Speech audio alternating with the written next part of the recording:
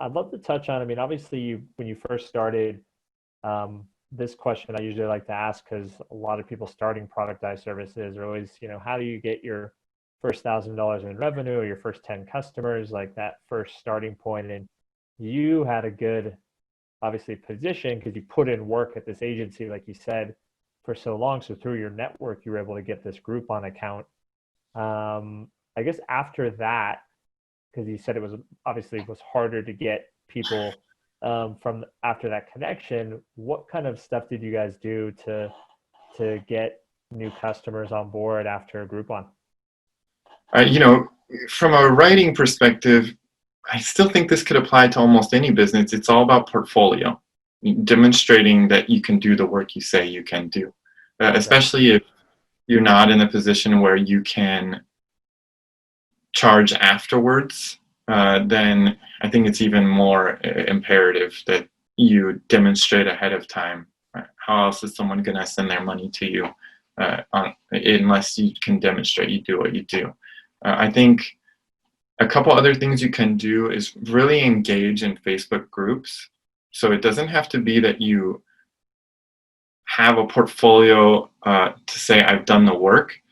If you're commenting really insightful comments on other people's stuff, you're going to start engaging with people who need your service if you're in the right groups.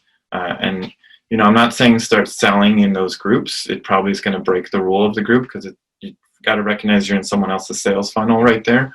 But they want this discussion, and that's been really helpful to us. So we are in related groups to what we do. I mentioned I'm in Nathan's group, Content Marketing Lounge. I don't get too many leads from there, but I'm in SEO Signals Lab. It's the best SEO group on Facebook. Doesn't mean that what I have to say is relevant to 90% of SEO tactics, but the few that I can comment on, I'm in there. And even by the way, asking questions is okay because you hear Yeah. the old marketing adage, you need people to see your name 7 times before they buy. You just need to start getting in the mix in whatever it is where your audience dwells.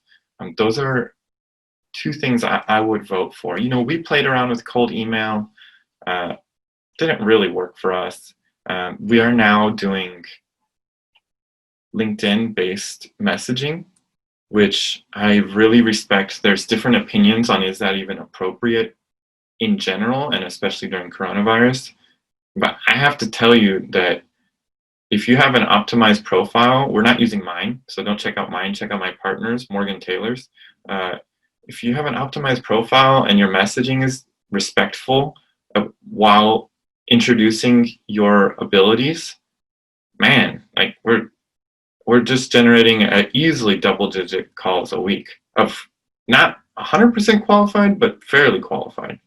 So those are 3 things I would do if I was looking to start making sales. Really focus on community engagement, LinkedIn-based messaging, and even if it's a portfolio of a pretend client, you can say it's a pretend client. It doesn't need to be misleading.